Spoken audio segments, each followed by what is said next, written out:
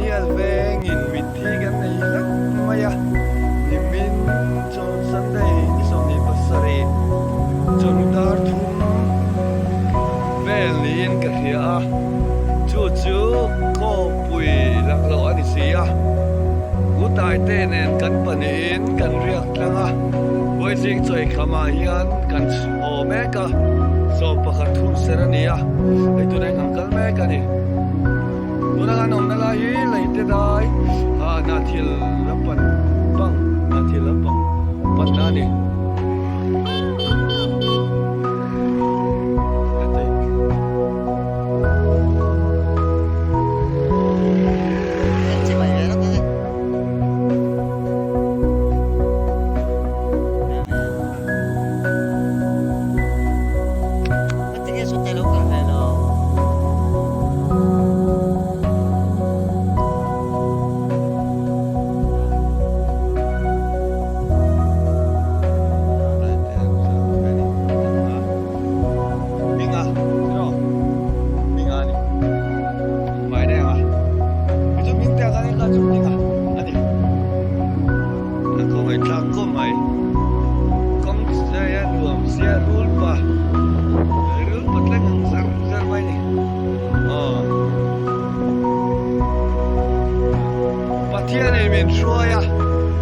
Tieleria Baptist Council Kompui Atan zan atangin atop zan ringin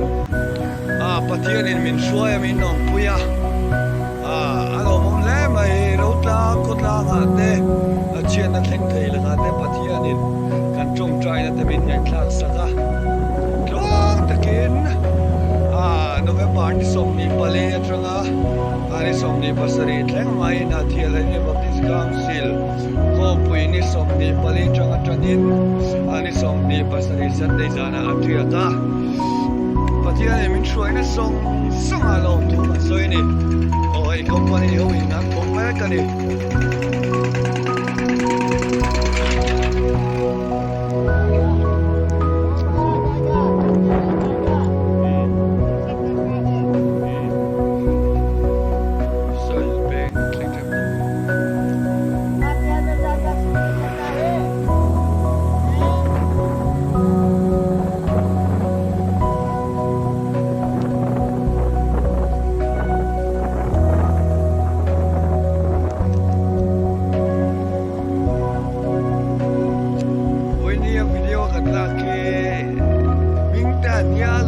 official channel